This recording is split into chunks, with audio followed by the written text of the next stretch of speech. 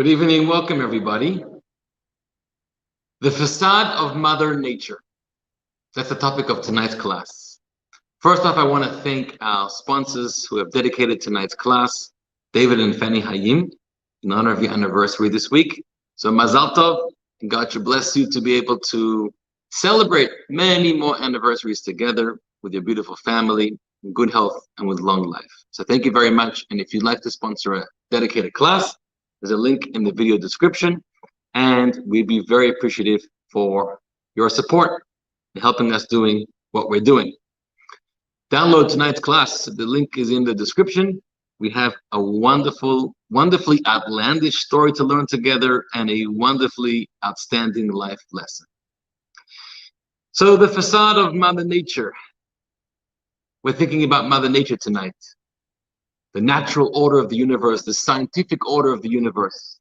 You know, they say, how many general relativity theorists does it take to change a light bulb? 2. One to hold the bulb in place, and the other to rotate the space. They say there were 2 atoms once crossing a street, and one atom turned to the other and said, "Oy vey, I think I lost my electron." And the other atom said, "Are you sure?" He says, "Yes, I'm absolutely positive." So there's a lot of good jokes about science. Those may be a little corny, but Mother Nature.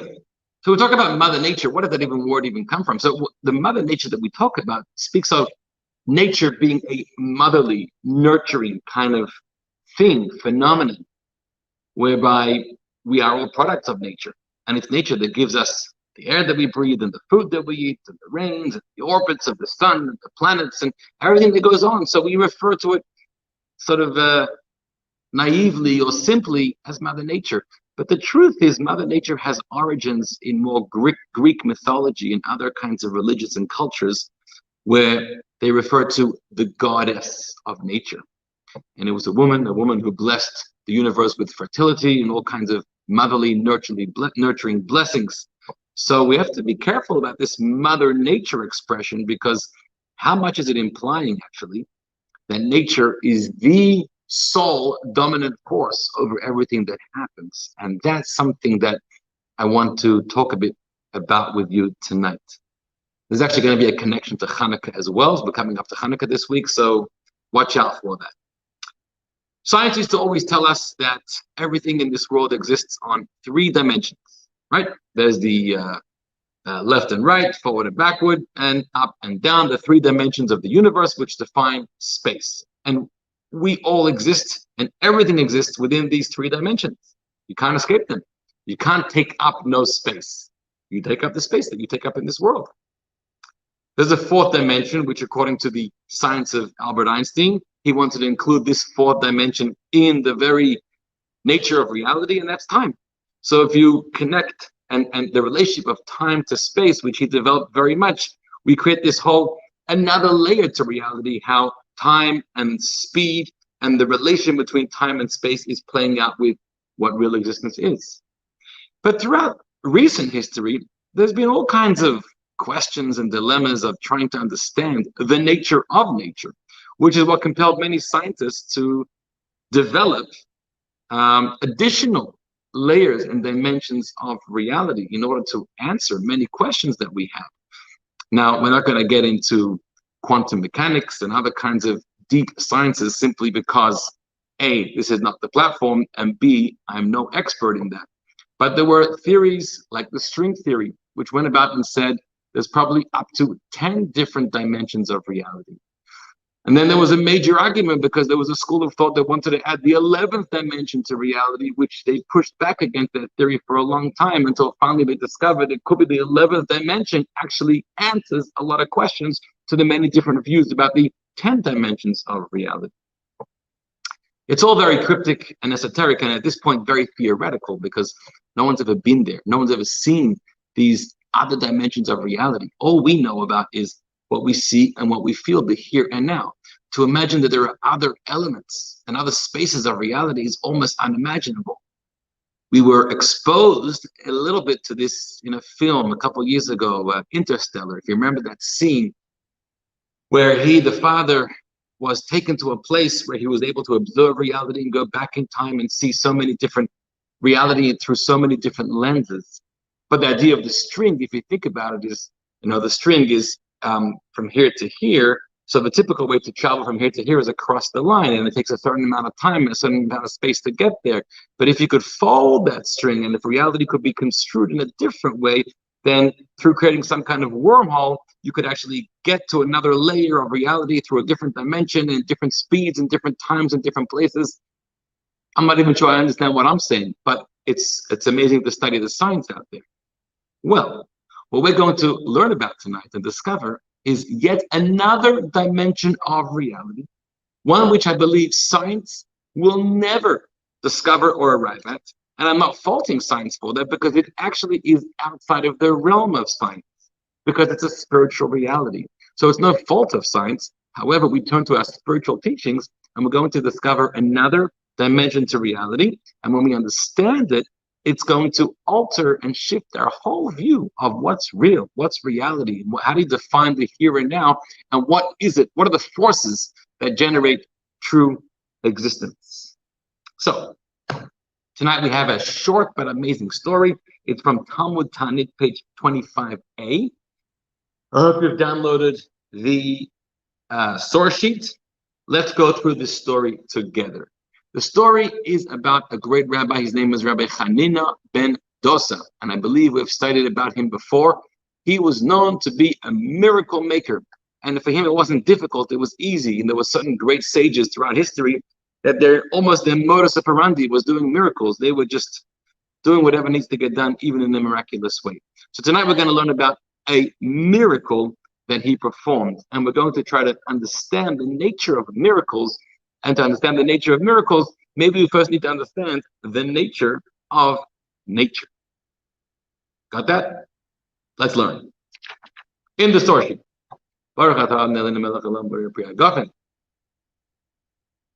L'chaim, somebody so kindly prepared some wine here. So tonight's going to be, it may be necessary. All right, here goes the story. One Shabbat evening, one Friday evening, Rabbi Hanina ben Dosa saw that his daughter was sad. He said to her, "My daughter, why are you sad?" She said to him, "I confused a vessel of vinegar for a vessel of oil, and I lit the Shabbat lamp with vinegar." She's getting ready to light Shabbat candles. Normally she pours oil into the cups and puts a wick in and lights Shabbat candles with oil, as is the preferred way. You can light Shabbat candles with many different materials, so long as those materials burn nicely, give a nice fire, smooth, clean flame, and also have a pleasant or at least neutral fragrance. The Talmud talks about various fuels that you're not allowed to light Shabbat candles with, like those fuels which do not burn nicely or that give up a very foul odor. So she was preparing her olive oil, her oil, which is on Hanukkah. We actually, maybe for a different reason, but we try to light the menorah with oil, and actually with olive oil, because that's the source of the miracle. All right. So here this week she made a mistake. Instead of pouring oil into the cup, she poured vinegar into the cups. Now, vinegar does not burn very well. Vinegar is not a fuel at all. So now she's stuck because she lit them. Once she lit them, it's Shabbat. You can't tamper, you can't touch those candles anymore. But once it's Shabbat, she cannot change the vinegar to oil, but her Shabbat candles are not going to be lit. So she was complaining. Soon the lamp will be extinguished and we'll be left here in the dark. I'm not going to have Shabbat candles. It's going to be dark. The whole point of Shabbat candles is to illuminate the room. When we bring in the guests, nobody should bump into each other and fight over each other, but it should be illuminated in the room. There was no lights in those days. So we should be able to see each other and get along and have a lot of peace in the house. Now I'm upset that I made a mistake with the vinegar. No? You were the father. You were the mother. How would you solve the problem? How would you pacify her? Rabbi Hanina ben Dosa had a very unique way of pacifying. He had a unique solution. He said to her, "My daughter, what are you so concerned about? He who said to the oil that it should burn can say to the vinegar that it should burn. The God who allows oil to burn, let him allow vinegar to burn." Which apparently that's what Rabbi Hanina ben Dosa said to God. God, make the vinegar burn. Tana taught. Later, somebody who was there or heard about the story said, testimony, the lamp burned continuously the entire day, throughout Friday night and throughout the entire Shabbat day, until the end of Shabbat. It was still burning, until they brought from it light for the Havdalah. There's already a similarity to Hanukkah. Hanukkah is the small amount of oil that burned for 8 days and nights. Well, here you have a small amount of vinegar. Vinegar that, first of all, that amount should only last for a certain amount of time, like it would with the oil every single week. Vinegar in general is not supposed to be fueling fire. And the Chanina ben Dosa does a miracle. That number one, the vinegar fuels the fire and the light burns nicely. And number two, it doesn't just burn for the normal amount of time throughout Friday night, but it actually burns until the end of Shabbat. What a miracle. By the way, before we discuss this miracle, a couple commentaries.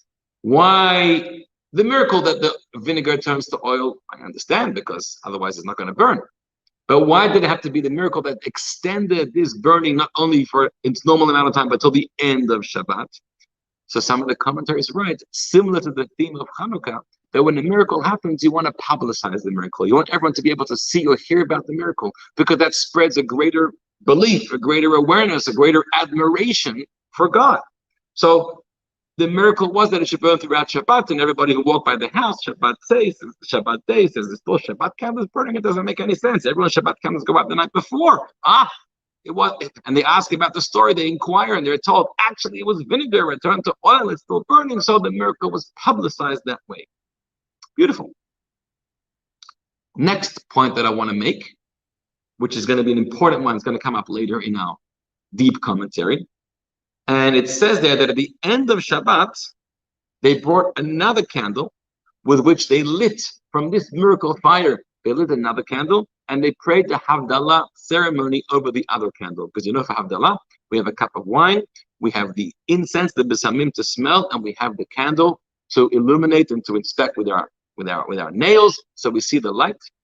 Why do we have a candle, let's say Shabbat? You know, so the besamim, the incense, we have because on Shabbat we get an extra soul, an extra Shabbat energy. And then when Shabbat ends and we're starting a new week, it's very normal, it's very typical to feel a little bit despondent, a little bit sad. Shabbat is ending, I've got to go into a new week. You know what's awaiting me for this week? So we smell the besamim, it sort of revives us, it brings us back to life. Many other customers, they laugh after the besamim because they want to bring laughter and joy into their week. So you'll see here at the shul also, you'll see they smell the besamim, and then it's and it shouldn't be a fake laugh, it should be a real laugh. It's really empowering you for the new week. Why do we make a blessing of the candle? So because Saturday night is a very important night to mark the anniversary of the discovery of fire, of light. Because if you recall the story, when Adam and Eve were first created at the beginning of creation, the world was light. And in fact, it was still light Friday night, and it was still light throughout Shabbat. So the sun never set at that point in time. So Adam and Eve are created Friday afternoon. They only know about an illuminated world because it never got dark Friday night. So it's a light Friday night, light Shabbat day. But at the end of Shabbat, which is the time that God said you're going to be thrown out of Gan Eden, time to go into the real world, that's the first time the sun sets. So it's the first time in the lifetime of Adam and Eve that they discovered or they experienced darkness. When the sun set and it became dark, they became petrified. What's happening over here? Maybe the world is ending. Right? They didn't know. They never saw darkness before. And they rummaged around and they made a discovery. They found 2 Flintstones and they flipped them together and created fire. And that fire restored their spirit. Even in darkness, we can create light, we can create heat, we can create warmth. So fire was discovered Saturday night. So we make that ceremony every Saturday night, thanking God for fire, because fire throughout history has done wonders for humanity. Even though today we're less dependent on fire, but it still is a very important force. But why did they need to light a separate candle from the miracle fire and then do the like Star Trek, Gary? Yeah, we're gonna get more like Star Trek. I think you're commenting on what I mentioned earlier. Just hang in there. Have some of what I'm having. L'chaim. Why did they need to light a separate candle from the miracle candle to do the Havdalah ceremony? Why couldn't they do the Havdalah ceremony on the miracle candle itself? You have a candle that's burnt the whole day. It's a miracle fire. Make a blessing on it with the Havdalah. So the answer is as follows. Very interesting, very important perspective in Judaism. one is not allowed to benefit from a miracle.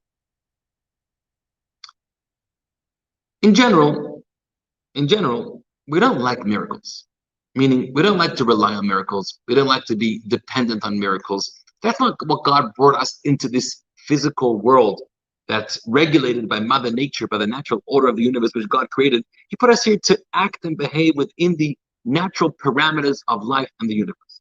That's our modus operandi. We shouldn't be seeking to escape and seeking to bring miracles all over and shatter the barriers of nature. That's not our goal. Now, sometimes there are miracles, and we're going to talk about miracles soon. For sure, historically, in biblical times and in Talmudic times, we learn about many fascinating miracles. Nowadays, it's maybe harder to notice, or maybe indeed less prevalent to have those kind of outstanding world-shattering miracles. But there's a principle that says one's not supposed to benefit from miracles. A miracle is there maybe to help you in a certain situation, but you shouldn't look to derive personal benefit from them. Unless there's an exception, if it's for a mitzvah purposes. For mitzvah purposes, you can benefit from miracles. So we find all kinds of stories where a family didn't have an animal before Shabbat, and then God miraculously gave them an animal, and then they slaughtered it and they ate it on Shabbat. So for Shabbat meals, or for certain occasions, or the Hanukkah story, right? The whole light was, they were benefiting from the light, which is a miracle, but they were performing a mitzvah of lighting the candelabra. But if it's a personal needs, we try not to benefit from miracles. So therefore, when Havdalah is to derive benefit from the candlelight, which is why we look at our nails. You want to see the reflection of the light, knowing that we can benefit from the light. And thank God for our eyes and our visibility. So they didn't want to benefit from this miracle fire that burned throughout Shabbat. So they lit a separate candle from the fire and made the blessing over the second natural fire. Okay, that is the story. Now let's understand the story. There is a very big question we can ask. Even though the whole thing is not really understandable because we don't know about miracles, but there's a big question we can ask. The daughter was faced with a problem. Her candles are now burning with vinegar. They're going to go out any second. She's complaining to her father. Rabbi Hanina ben Dosa now has to make a miracle to solve the situation. He could have chosen a different option of a miracle. Instead of making a miracle and turning the vinegar into oil, he could have done a different miracle. He could have just endowed the vinegar with properties of burning. He could have said, let vinegar burn. Let this vinegar burn. And once this vinegar was endowed with the properties of being able to be a fuel, that's it. Another miracle would have achieved the same result. Why did he turn the vinegar into oil? That's a question. Now, lest you say, what's the difference? Vinegar should burn, vinegar should turn to oil, a miracle is a miracle. What's the difference with miracle? There's actually a big difference. A number of big differences, which actually strengthen the question. Sorry, I made a mistake. I hope you caught on. He did not change the vinegar to oil. He blessed the vinegar that the vinegar should burn. That's what he did. And now I'm asking the other way around. Instead of making a miracle that the vinegar should burn continually, he could have made a miracle that the vinegar should turn to oil and then it could burn. What's the big difference? There are big differences. Number one, we have a principle. Similar to what I said earlier. We don't rely on miracles. Ein somchin alanas. When you're stuck in a situation, you can pray for a miracle, but don't rely on a miracle. You don't fold your hands and say, you don't worry, we have nothing to eat, it's fine. I'm not going to go out and work and try hard and send out resumes and knock on doors to get a job. No, I'm not going to work. I'm just going to rely on a miracle. God's going to provide. You're not allowed to do that. My principal in school, I was not in his office very often, but he used to have a sign that said, we don't believe in miracles, we rely on them. So it's a cute sign. And maybe it's a true sign, but it's not. According to Torah, it's actually wrong. We're not allowed to rely on miracles. We have to try to always pursue the natural order, fix things within the natural realm of life. So if that's the case, whenever it does come to a situation where a miracle is performed, we are encouraged to always try to minimize in the extent of the miracle. If you could be saved, or if you could be helped through a big miracle or a smaller miracle, try to make a smaller miracle. We don't want to, it's not encouraged to shatter and change the universe miraculously. So now, what did he do, Rabbi Chanina ben Dosa? He blessed the vinegar miraculously to burn. That means that the whole Shabbat, every single moment that that vinegar was burning was a miracle, because vinegar does not burn. So here you have a miracle that lasted for 24 hours. Every second of burning was another miracle. Whereas if he would have just done a miracle and turned the vinegar into oil, it would have been a one-time miracle. The vinegar would have turned to oil, but once it's oil, for the rest of the 24 hours that it burns, it's not a miracle. Oil burns naturally.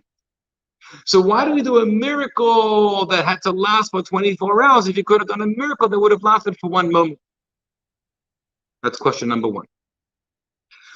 Moreover, based on this, we strengthen the question, because the Talmud says something a little scary. The Talmud says you should know that if ever God does for you a miracle and spares you a situation or saves you or blesses you in a miraculous way, even though you're filled with great fortune, but you should know there's a cheshbon, there's an accounting for everything. It's tit for tat. There are no free lunches. And if God blesses you with a miracle, it's taking away, it's deducting from certain merits of yours, perhaps to be earning reward later or in the world to come. So a miracle now takes away from some of your merits in another place. It costs you, which is why we read last week's Torah portion. Jacob, when he was saved miraculously from his brother, and he was saved from Lavan, and so many miracles happened to him to spare his life, and he could establish his family even in the most hostile of environments, and he escaped safely with his family. He's so thankful to God. He turns to Hashem and he says, I feel small, I feel humbled from all the miracles and from all the kindness that you've granted to me, meaning I feel small, I feel like I've used up all my merits, and I have no further merits left with which to be able to survive and endure my upcoming challenges. So miracles reduce your merits. You're paying for them with your merits. So again, Rabbi Chanina ben Dosa could have done a one-time miracle, which would have only reduced a small amount of merits, and instead he chose to do a long 24-hour miracle. How many merits of his or of his daughter did that reduce? A lot. So why did he make that choice? And finally, there's one other distinction that's a little complex, but I'll just mention it briefly. And that is the principle that we said you're not allowed to benefit from miracles. Okay? So think about this theoretically. Theoretically, let's say it was not Shabbat. And it's a theoretical case, but it portrays the idea. And so now he's done a miracle and turned the vinegar which cannot fuel fire into vinegar which can fuel fire. Miracle. Now you have this vinegar. Let's say you sell the vinegar to someone else because it's miracle vinegar. Everyone wants to buy it. You get a big bid for it. Well, the person who purchased it is stuck because he too can't benefit from it. You can't even use it because it's still miracle vinegar. Whereas if we would have done just the miracle of turning the vinegar into oil, well, now it's oil, and oil naturally burns. So therefore, if you'd sell the oil to someone else, someone who gains that oil is allowed to use it to burn, to use for fuel. So you can see there are many differences between these two choices of miracles, and the choice that Rabbi Chanina ben Dosa made seems to be not the optional choice. Why does he make that choice? Well, to understand this, let's look at the actual language of the Talmud, the language of Rabbi Chanina ben Dosa. When his daughter came to him and said, I have a problem, you know why I'm so sad? Because I accidentally poured vinegar into the cups. He said, it's not a problem. And what did he say? He said this whole lengthy, poetic expression. He who said to the oil that it should burn should now say to the vinegar that it should burn. A very poetic, a very beautiful expression. However, he could have said it much simpler. All he needs to do is make the miracle. So when she says she has vinegar in the cups, he could have said, okay, let the vinegar burn. Period. Brief, to the point, miracle. What's with the whole lengthy expression? You don't have to be a poet to God. God knows what you need. Let the vinegar burn. No. He who tells oil to burn should tell the vinegar to burn. What's up with that whole lengthy expression? That is going to be the key to the answer. The way that Rabbi Chanina ben Dosa expressed it. Here is the story. Let's understand the nature of miracles. Pardon the pun or the oxymoron. There's many different kinds of miracles. And what's the point of a miracle? But before we understand miracles, let's first understand nature. Okay? Because we live in a world that God created. And we have the natural order of the world, which means all the natural forces and natural laws, forces of gravity, forces of movement or inertia, forces of how the orbits of the planets and the heavenly bodies circulate and orbit each other, forces of seasons, laws of nature, 2 apples plus 2 apples equals 4 apples. All of scientific law is what we refer to as nature. You can't escape that. We are bound by the natural forces of the universe. Now, here is the important thing that we have to remember. Where did this nature come from? Why is there a force of gravity? Why does 2 plus 2 equal 4? Why is there the forces of inertia and any other natural scientific force that we learn about? Where does it come from? It's created by God, right? God didn't just create all of physical existence. He didn't just create the matter of the universe, but he also created how the universe conducts itself.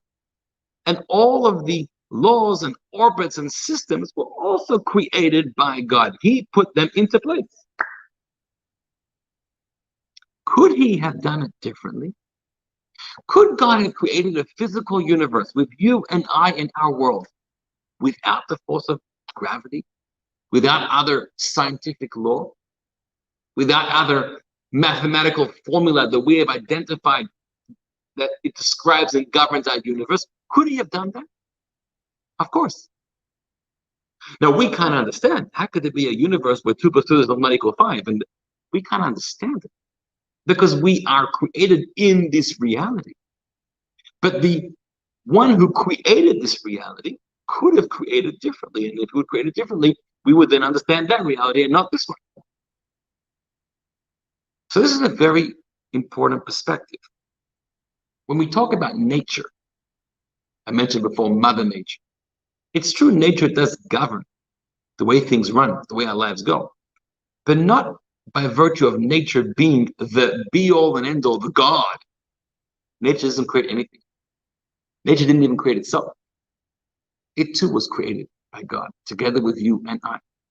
And it could have been created different. A miracle. Well, a miracle, what happens with a miracle? A miracle is when this God who creates the natural order of the world, and this God who creates that the sun should set at certain times and rise at certain times, and the season should go a certain way, and things should operate in a certain order. Well, he created it. He made the blueprint. Occasionally, or whenever he wishes, he can step in. He can intervene. He can pull some strings. And he can alter the course of nature. If you think about it like a computer programmer, a person creates a game. Okay. Now, if I'm playing this game, I didn't program the game. I'm just the customer playing the game. Well, any move I make can only fit in with the code of how the game was coded, designed. Okay. I can't do anything outside of the system. But if the coder, if the writer of the game came and manipulated on the back end some of the zeros and some of the ones and some of the coding, well, he could do a move that's not in the code of the game because he can recode it, whether momentarily or permanently, but he has access to the original code that he can design it differently. Right? Well, God is the coder of our universe. And if he wishes, he can change how it operates. So the way we understand it now is very interesting. It's an important perspective. Nature is the way that God decided how he wants things to run ordinarily, in a sort of a permanent sense. He wants the world to be this way. He wants people to think this way. He wants everything to run by this system. Miracles are when God decides that for whatever reason, and he decides that, he can step in momentarily and change. So, for example, we know that water has a nature to flow. Okay? So if you put water and there's a current in the stream, it goes downhill a little bit, water will go down the stream. It will not go up the stream. It's against the nature of water. That's what happens to water. Once it happened that there was actually a group of people that needed a miracle because they had to cross the sea, and the sea had a very big current and it was very deep, and they were not going to make it. If they didn't make it, they were going to be killed by those that were chasing them. You know what story I'm talking about. So what did God do? He stepped in for a moment and he changed the nature of water. And he said, even though water is designed to flow, but I'm going to make water stand stationary, like a brick wall. A brick wall was designed with the nature to stand stationary, right? Or because of gravity, or for whatever reason, it's a mobile thing that stays still. The bricks don't flow. Water flows. But God changed the nature of the water in order to make it stand for a moment, for a little while, to allow the nation to cross safely to the other side, the Jewish people, escape the Egyptians. And then when the Egyptians came in, he just let it go back to its original system, and it flowed and it killed it drowned all the Egyptians. That's the difference of nature and of miracles. Now, therefore, there's obviously a very big difference in nature and miracles, because nature is the way that God wants it to go ordinarily, permanently. And miracles are when God steps in and he changes and he shatters and he completely deconstructs the system of the universe. And if you think about this, the difference between nature and miracles is really not as big as it seems. Because, listen carefully, let's talk about nature a little further. And here we're going to get very deep. Here we're going to get into Star Trek. God created the world, according to the Jewish calendar, 5,781 years ago. And during those 6 days, he creates all of reality, from mineral worlds to the plants, to the animals, to the humans. And within that, he creates the space and the time and all the different systems and laws that will govern the natural order of the universe. What did he do after that? There is a mistaken view that suggests that once God created everything and put everything in order, then God stepped back and he allowed things to flow now on their own. Right? You can set up a business, for example, and you hire the employers, the employees, and you set up the systems and the laws and the bylaws and the orders of governance and the whole thing, and now it's running. Well, if it's running, you can step away. You even appoint a CEO. So you can move on to another business. You paint a painting, you're a painter. Okay, here you have a blank canvas. You create the painting. You bring the paints together, you bring the brush, and you create the most gorgeous painting. Once you finish the painting, you can walk away. Will the painting still remain? Of course. You finished the job. Walk away. However, that's a mistake with regards to God. God did not and could not walk away from what he did. Because if God would have walked away from what he did, that would have destroyed, that would have brought down everything that he did. Why? Because we need to understand the nature of creation, the nature of existence. Creation was what we call creation ex nihilo. It was creation something from nothing. Meaning as follows. What originally existed before anything we know existed? Meaning before creation existed. Before anything was created, what existed? Only true existence. True existence which is eternal. True existence is existence which is not a created existence. So true existence did not come into being, was not brought into being, has no cause to it. It just is. True existence just is. Not by virtue of anybody making it and bringing it into being, and it comes and it doesn't come, it doesn't go. It just is. It always is. Was, is, and will be. That's the true nature. That's true existence. Who's that? That's God. God and godliness and God's presence, which is true existence, that existed.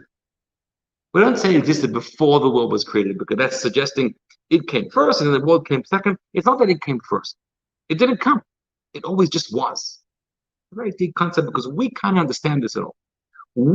Our perception of nature, of existence, is knowing about things that have cause and effect, and something comes into being and it lasts for a little while, never lasts forever, and then it goes, and there's a first and there's a second and there's an order.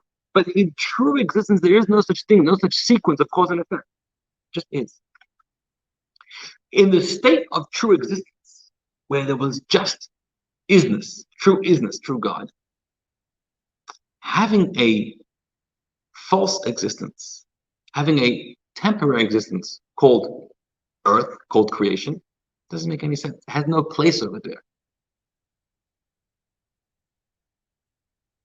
In order for God to create a temporary existence, a created existence, which is completely against the reality of true existence, God has to perform some kind of miracle. Call it a miracle. He has to cross this infinite bridge to go from nothing to something, to go from infinity to finitude, to go from true existence, eternal existence, real existence, to temporary, somewhat false existence. You have to cross an infinite bridge to get there. But God can do that because he could do anything. And that's what he did. He created our world. Here, creating a world, which means crossing that infinite bridge and bringing about into existence something which not only did not exist prior, but could not have existed prior. It's very different than the examples we brought before about creating the business, painting the painting, etc. Creating the business, painting the painting, it's not like you created something radically new. New meaning not just it did not exist before, but it could not exist before. No. It didn't exist, you created it, but all the tools to create it were there. The paint was there, the canvas was there, you just put it together. You reorganized reality. Reality was these separate things, and now you put them together. The business also. The idea came about, the people came about, the tools came about, and you put it together and created this business. You didn't create something from nothing. You created something from something. The previous something evolved into the next something. Once you've designed it that way, now you can step away. And just like those somethings existed earlier before you were involved, now that you've reorganized those somethings into a new kind of something, they too can continue to exist without you continuing to be there. Different, however, creating something from nothing. In order for nothing to become something, it needs to be constantly, all the time, created. There needs to be a constant push, a constant command, and a constant effort to be. Because the moment that that effort, that energy will stop creating it, it'll just fall to its natural default. And the natural default is to not exist, is to be nothing. The somethingness is a chidush. It's a novelty which should not exist in the realm of true existence and infinity. Hope you're catching on over here. I'm going to give you a simple example.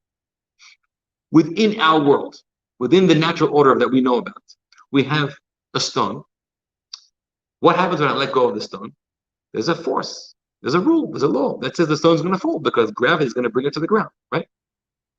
Do I have to make an effort for that stone to fall to the ground? No.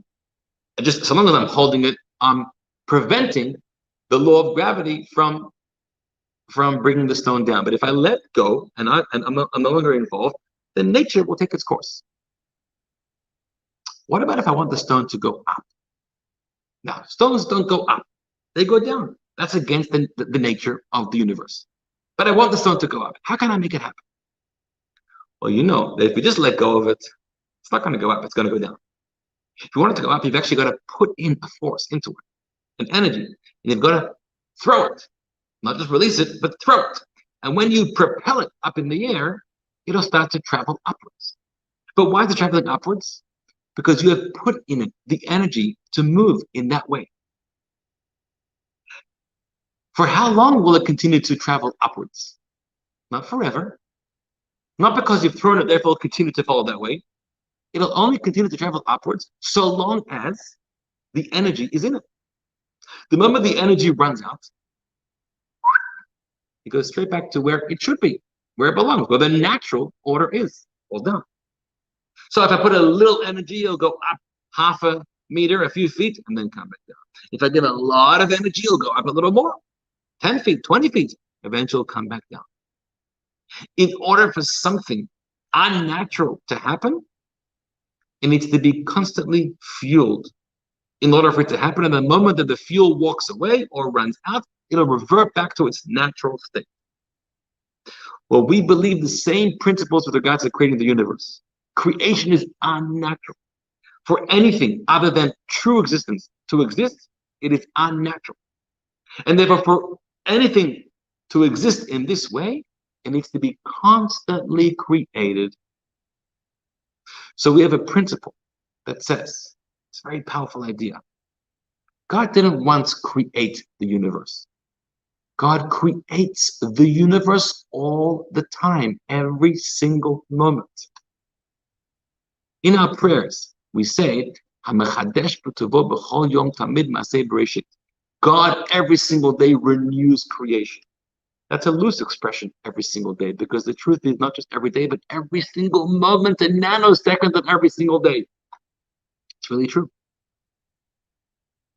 Right now, God is enabling and creating me to exist, you to exist, my camera to exist, the world, the room around me, everything at every moment is being brought into existence. When God said, let there be light, and there was light, every moment of time, God is saying, let there be light, let there be light, let there be a world, let there be grass, let there be me, let there be you, let there be all of existence.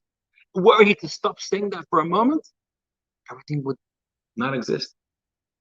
Or they say a famous sort of parable, a story to explain this. There were once two people, the spiritual master and somebody else having a conversation. So the spiritual master asked the other person, he said, if God wanted to destroy this table, how can he do that? So the guy said, well, God can do anything. So he can just send a fire and burn the table up. Oh, but then there's still ashes that remain. So something remains. Okay, so God could bring a big wind and blow the ashes into the river. Yeah, but the ashes are still there. You just can't see them. All right, I give up. For this table not to exist, I don't know what God should do. And the spiritual master said, for God to cause the table to no longer exist, you know what he has to do? Very simple. Just stop creating it. If for one moment God stops creating it, it no longer exists. This concept is a very foundational concept in Jewish belief, Jewish spiritual thought. And you know what it tells us? Very powerful, very empowering idea. If at every single moment God is creating reality, it's not so far-fetched to believe and to think and to know that God can do anything at any time. And just because reality seems to be the way it is right now, and maybe it seems bleak, and maybe it seems a lack of hope, hopeless, maybe it seems like there's no chance in the world that this person will survive, this person will live, that I'll be able to get through this. Know that you're judging, you're projecting that based on the reality of now. But the next moment, anything could happen. Because the next moment, all of reality is being recreated all the time. That's why we have so much faith and hope. As the Talmud says, even if the blade of the sword is against somebody's neck and they're about to be killed, you still pray to Hashem. You still hope that it's going to survive. It's possible. He may not, but he might, and God can do it because the next moment is recreating reality once again, all the time.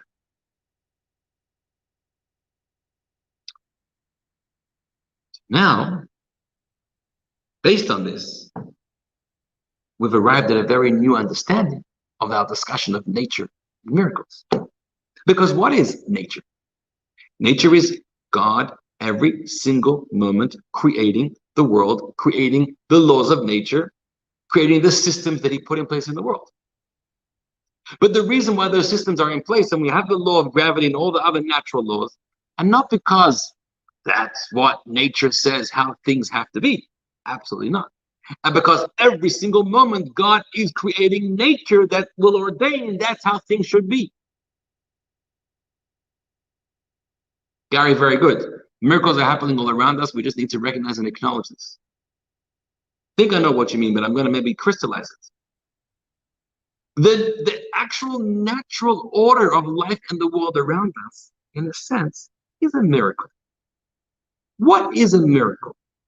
We said before, a miracle is when God intervenes and controls how things should be. Well, that's happening every single second of existence. It has the appearance of nature because God wants that there should be, this is very important, God wants there should be a level of stability, a level of predictability. He wants that there should be a world that looks like it has a natural order. And he wants it to be that way, and he wants us to behave in that fashion.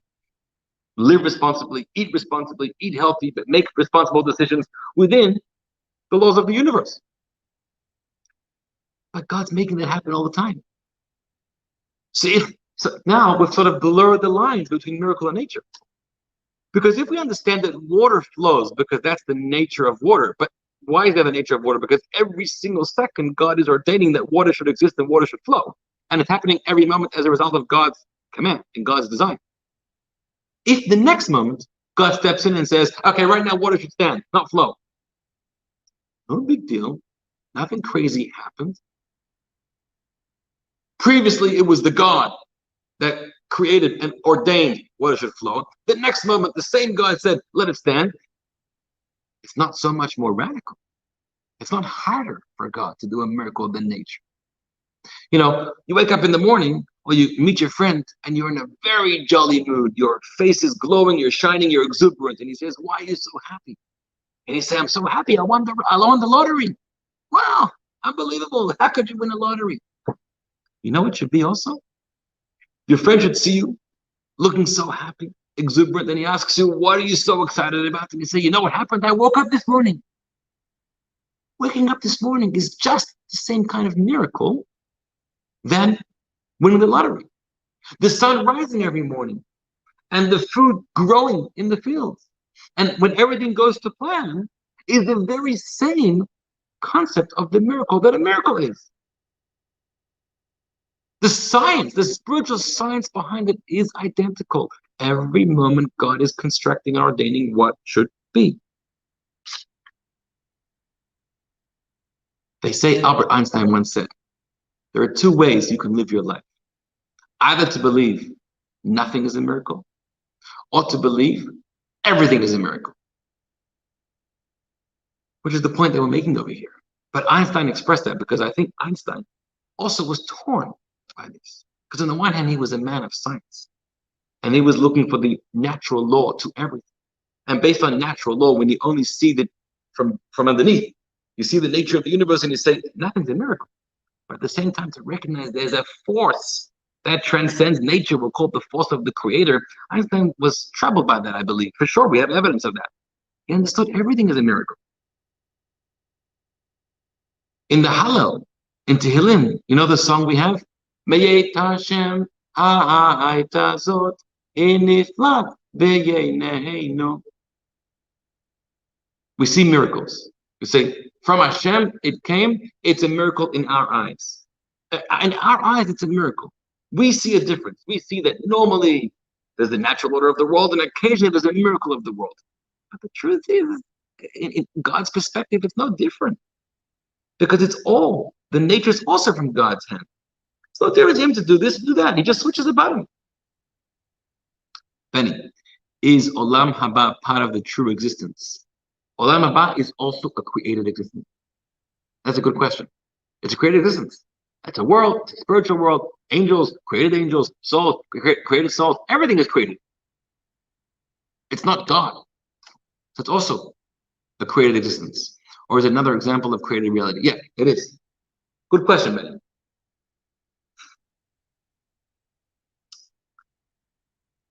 So, where are we? That's why, by the way, explains a very beautiful story about Abraham in the Torah. Abraham was 99 years old, and his wife Sarah was 89, 90 years old, and they didn't have any children. There's an episode of the Torah where God promises Abraham, and he says, the Torah says that he raised him above the stars.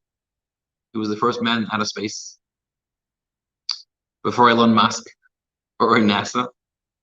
And he tells Abraham, look, you see the stars? How many stars are there? You can't even count them. Well, eventually you're never going to be able to count your descendants.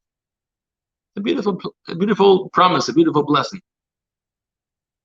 Medrash says a very important teaching about this. Medrash says, when God tells Abraham, go out and look at the stars, he was actually telling him, go out from the prediction of the stars. The stars represented the view and the prediction of the astrologers. And the stars had the code to all the natural order of what's going to be in this world. So the astrologers can look into the stars and they can tell you, Abraham, you are unfortunately not destined to have children. And it's true.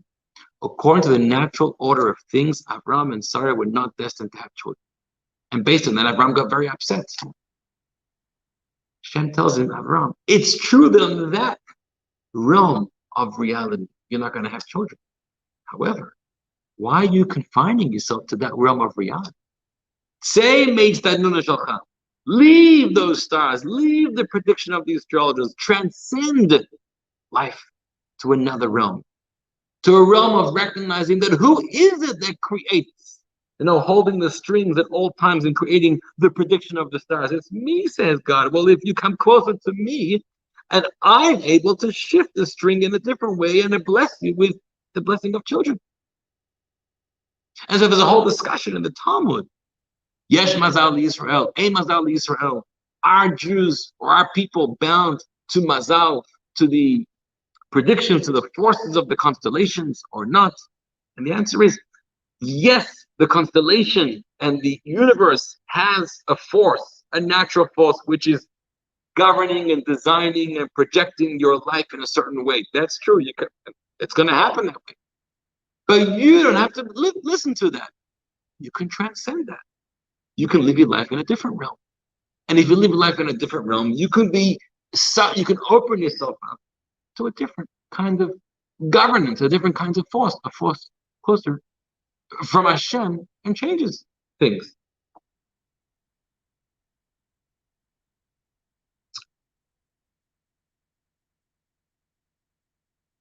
So let's figure out what this means to us. And let's get back to our original question about Rabbi Hanina ben Dosa. Look what Rabbi Hanina ben Dosa said. He didn't just say, miracle, let the vinegar burn. No. He said, he who tells oil to burn should now tell vinegar to burn. Why that expression?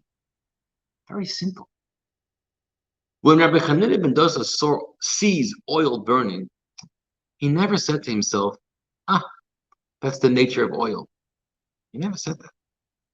He said, you know why oil burns? Because God, every moment, instructs oil to burn. He always saw it as a direct result of the constant creative force of God.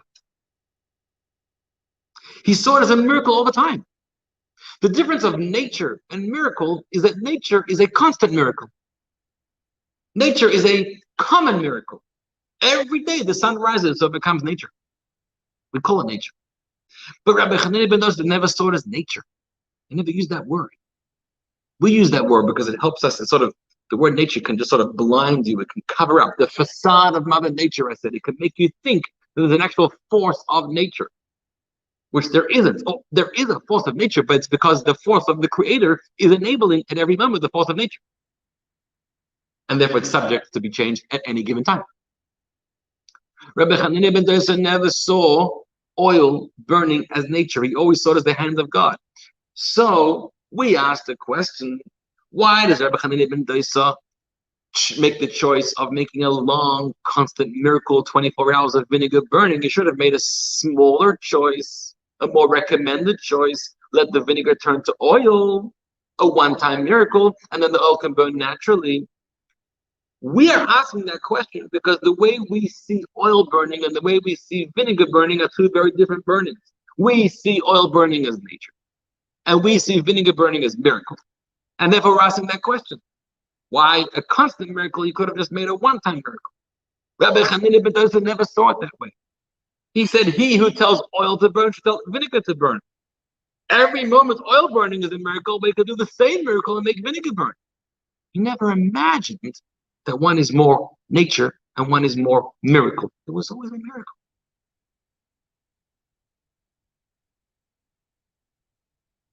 Now, you and I are not Rabbi Hanina ben Dosa. I'm not Rabbi Hanina ben Dosa. We perceive a natural order to the universe. We unfortunately, or maybe fortunately, and I'll tell you in a moment, when we see nature play its course, sun rises, moon waxes and wanes, the nature of time, aging, all the other forces of nature, birth, the human body, all the things that we see, we call that nature. And we work along, as God wants us, within nature. And when we see a sea split, oh, that's a miracle. That's when God intervenes. We don't see that it's God intervening in every single moment. We don't have the eyes to perceive that. It's not a bad thing. On the one hand, we're not as holy as Hananiah ben Dosa. On the other hand, there's actually an advantage of living that way. Because there's actually a view. You can flip this whole thing around a little bit. And you should know, in a way, a greater revelation of godliness, of God's power, is within nature, more than within a miracle. Because now that we've concluded, miracles are not difficult for God, and nature is not easier for God. Everything is just God's constant preoccupation in creating the world. It makes no difference to God. In a way, you could say the miracle is easier. You know, in life, our habits, our lifestyle, it's very easy to one day be inspired, come to the office, come to shul, give it all you got. You had a moment of inspiration. Yeah, today I'm changing a leaf. I'm waking up at 5 in the morning and I'm working out, and then I'm making breakfast for my family, and I'm getting so much done first thing in the morning, and I'm organized and I'm efficient. Do it for one day, easy. Do it for 2 days, easy. Do it for a week. Do it for a month. Do it for a year. Do it for a lifetime. Impossible. In a way, with God, it's the same thing. God to step in and split the water. God to step in and hold the sun so Joshua can fight his battles. Sure. That's easy. God to put in a force in motion that every single moment of every single day for the rest of the days and the weeks and the months and the years of history for thousands of years, the same thing should be happening on cycle and repeat. There's a greater investment, there's a greater effort of God over there. And so apparently there's a possibility to uncover and to reveal and to discover the greatness of God in nature more than in a miracle. Which might explain, by the way, why once upon a time there were a lot of miracles. Biblical times, Talmudic times, we didn't have really miracles anymore. Yes, we do have certainly some miracles. And Gary points out in the comments, the 6-day wall was a miracle. And at that time, everybody saw the miracle. Today, it's possible that you can reflect on it and you can analyze the story from a military point of view, political point of view, and you could try to convince yourself maybe it wasn't such a miracle. It was a miracle. Everybody knew it at the time. There's no natural way to explain it. And there are many, many other miracles. If you want to look around you, like I said earlier, you can find miracles. You can find things that should not have happened and should not be. It's true. But on the whole, we live in a much more natural universe than once upon a time. We didn't have miracles on a biblical scale. So on the one hand, that can make us feel a little down. Why are we not worthy? The early generations were holy, were spiritually higher. They merited greater miracles. We don't see them. On the other hand, this is actually the role of our generation, of our times, which we can do, and once upon a time, they didn't have the strength to do that. And that is to discover and uncover godliness in the natural order of the world. To appreciate that the natural law and the natural circumstances of cause and effect of life is not happening just because the natural law ordains it, but it's happening because right now God, who's creating the natural law, is making it happen. If we could cherish and appreciate, not just when vinegar burns, but when oil burns, if as excited as she got when the vinegar burned, if we could get as excited when the oil burns, oil's burning, I have oil, I have food in my house, God is giving me a parnassah, I got a job, my wife gave birth to a healthy baby, I woke up in the morning, oh, my kids are healthy, my house is still standing.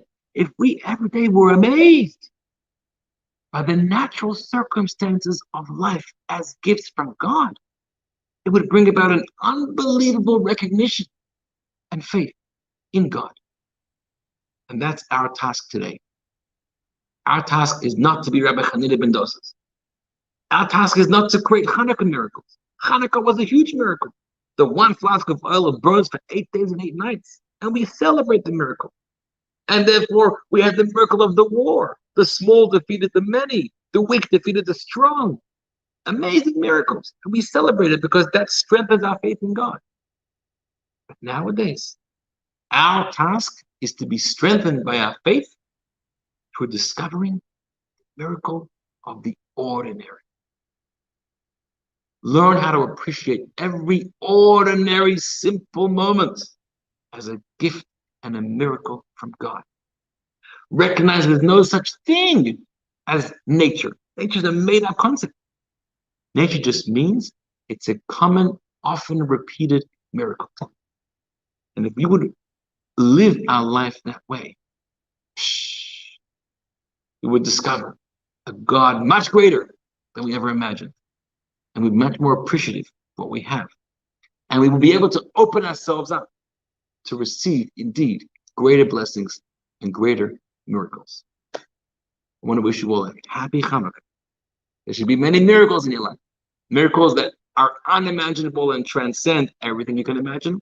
And also the small miracles of having a healthy, safe, loving life that you deserve and you should have. God bless you. L'chaim.